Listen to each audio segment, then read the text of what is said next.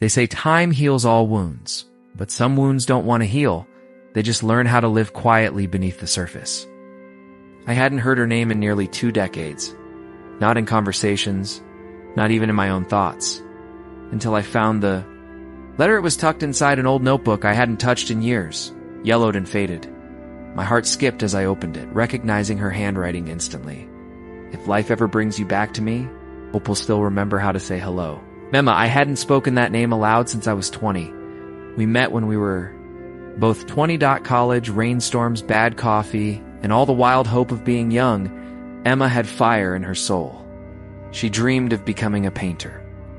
She said the world had too many walls and not enough color. I loved that about her, the way she saw beauty where others saw mess. We were young, broke, in love, and unstoppable. We stayed up till 2 a.m. planning a future we didn't have the means to chase, kissed in stairwells, scribbled poems on napkins, and thought forever was just a train ride away. But then life happened. She got accepted into an arts program in Italy.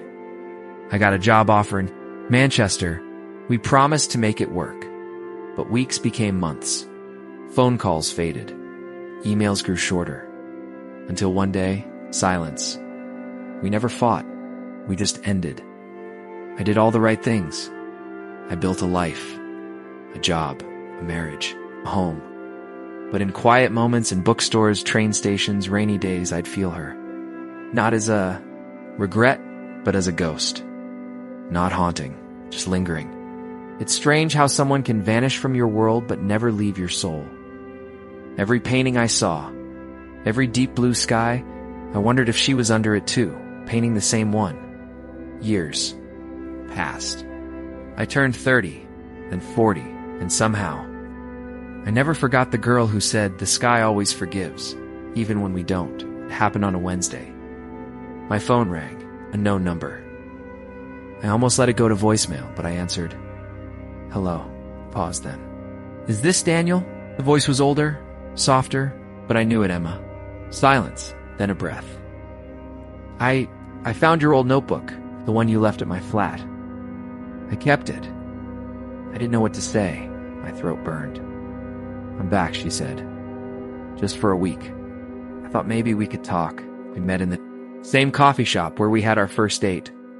20 years ago, she walked in wearing a long blue coat, same color as the sky she once loved. Her hair had strands of silver now, but her eyes, still wild with that same storm. We didn't hug. Just sat, and for the next hour, felt like we never lost those 20 years, just misplaced them. She had never married, traveled the world, painted cities, faces, and skies I'd never seen. I told her about my failed marriage, my job, my quiet life. She didn't judge. She just listened. Do you ever wonder, she asked, if we would have made it? All the time, she smiled. Then maybe that's enough. To know we loved that deeply once. I walked her home that evening. The air was cold, but we didn't notice. We spoke about nothing and everything, just like we used to. When we reached her door, we paused. She looked up at me and whispered, "Do you believe in second chances?" I said yes. She kissed me.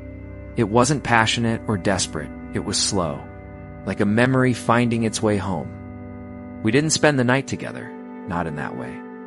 We stayed up talking about the lives we'd lived, the people we'd become, the things we lost, and the love that somehow never left in the morning. The sun poured through her windows. She was still asleep when I got up. I watched her breathe for a long time. She looked peaceful, braver, and still. Mine.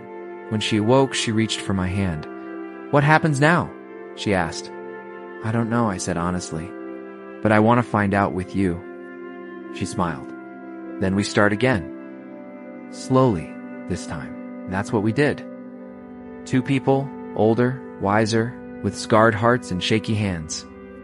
Starting not from scratch, but from memory. We didn't fall in love again. We just remembered we never fell out.